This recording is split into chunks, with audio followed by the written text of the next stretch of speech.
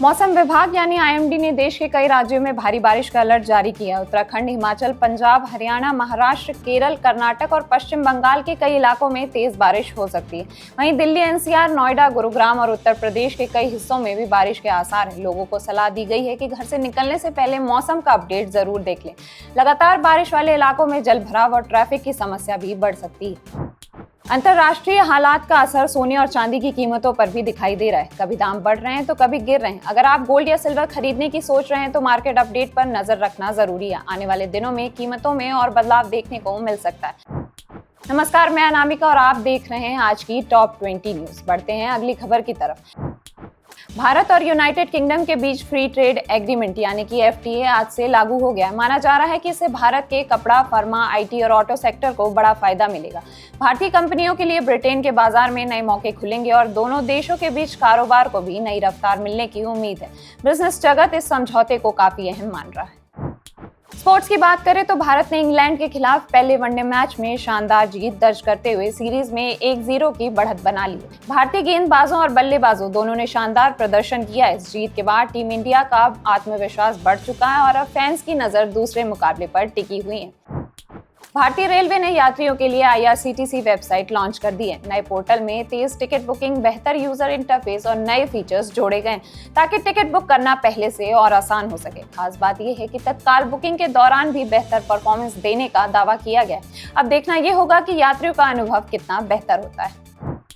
मुंबई हमलों के मास्टरमाइंड हाफिज सईद के खिलाफ भारत की एनआईए कोर्ट ने नया वारंट जारी किया है। एजेंसी का कहना है कि आतंकवाद से जुड़े मामलों में जांच लगातार जारी है। भारत पहले भी कई बार पाकिस्तान से हाफिज सईद के खिलाफ सख्त कार्रवाई की मांग कर चुका है। ये मामला एक बार फिर चर्चा में है। भारत ने संयुक्त राष्ट्र सुरक्षा परिषद यानी कि यूएनएससी की अस्थायी सदस्यता के लिए अपना अभियान तेज कर दिया। विदेश मंत्रालय अलग अलग देशों से समर्थन जुटाने में लगा है। भारत का कहना है कि वैश्विक फैसलों में विकासशील देशों की आवाज को ज्यादा जगह मिलनी चाहिए। आने वाले महीनों में इस मुद्दे पर कई अहम बैठक होने वाली। केंद्र सरकार ने लद्दाख के सभी 7 जिलों में ऑटोनॉमस हिल डेवलपमेंट काउंसिल बनाने का फैसला किया है। सरकार का कहना है कि इससे स्थानीय लोगों की भागीदारी बढ़ेगी और विकास कार्यों में भी तेजी आएगी। इस फैसले का लंबे समय से इंतजार किया जा रहा था। केंद्रीय मंत्री नितिन गडकरी ने E20 फ्यूल को लेकर बड़ा बयान दिया है। उन्होंने कहा है कि जो लोग 100% पेट्रोल इस्तेमाल करना चाहते हैं उनके लिए भी विकल्प रहेगा, लेकिन उनकी कीमत ज्यादा हो सकती है। सरकार का फोकस इथेनॉल ब्लेंडिंग बढ़ाकर तेल आयात को कम करना है। भारतीय मुक्केबाजों ने अंतर्राष्ट्रीय प्रतियोगिता में शानदार प्रदर्शन करते हुए कई पदक अपने नाम किए हैं। खेल मंत्रालय ने खिलाड़ियों को बधाई दी है। माना जा रहा है कि आने वाले टूर्नामेंट में भी भारतीय खिलाड़ी मजबूत दावेदारी पेश करेंगे। यूपीआई और डिजिटल पेमेंट का इस्तेमाल लगातार बढ़ता जा रहा है। छोटे दुकानदारों से लेकर बड़े कारोबार तक अब ज्यादा लेन देन ऑनलाइन हो रहा है। सरकार का कहना है कि डिजिटल इंडिया अभियान का असर अब हर शहर, गाँव तक दिखाई देने लगा है।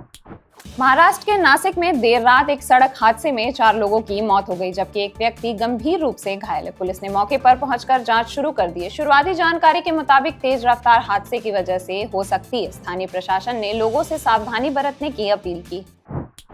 आर्टिफिशियल इंटेलिजेंस यानी एआई में भारत लगातार आगे बढ़ रहा है। कई बड़ी टेक कंपनीज भारत में नए एआई प्रोजेक्ट्स पर काम कर रही हैं। हेल्थ, एजुकेशन और बैंकिंग सेक्टर में एआई का इस्तेमाल तेजी से बढ़ रहा है। एक्सपर्ट्स का मानना है कि आने वाले सालों में एआई लाखों नए रोजगार भी पैदा कर सकता है।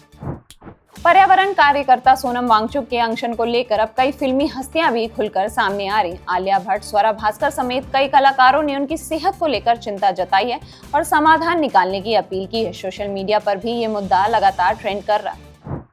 केंद्र सरकार ने फैसला लिया है कि जबरन मजदूरी यानी कि फोर्स्ड लेबर से बने सामान का आयात नहीं होने दिया जाएगा। सरकार का कहना है कि भारत निष्पक्ष और जिम्मेदार व्यापार को बढ़ावा देना चाहता है। इस फैसले को अंतर्राष्ट्रीय व्यापार के लिहाज से भी बड़ा कदम माना जा रहा है।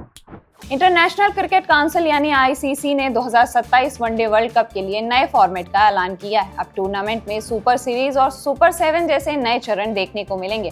आईसीसी का कहना है कि इससे मुकाबले और ज्यादा रोमांचक होंगे और दर्शकों का अनुभव भी बेहतर होगा। फीफा वर्ल्ड कप 2026 अब अपने सबसे रोमांचक दौर में पहुंच चुका है। फ्रांस और स्पेन के बीच सेमीफिनाले मुकाबला खेला जा चुका है। अब देखना ये होगा कि कौन सी टीम खिताब अपने नाम करती है। अमेरिका ने कई देशों से आने वाले सामान पर नए इंपोर्ट टैरिफ लगाने की योजना का ऐलान किया है। इसका असर ग्लोबल ट्रेड पर पड़ सकता है। एक्सपर्ट्स का कहना है कि अगर ये फैसला लागू होता है तो कई देशों के लिए एक्सपोर्ट और इंपोर्ट पर असर देखने को मिलेगा। भारत भी हालात पर नजर बनाए हुए।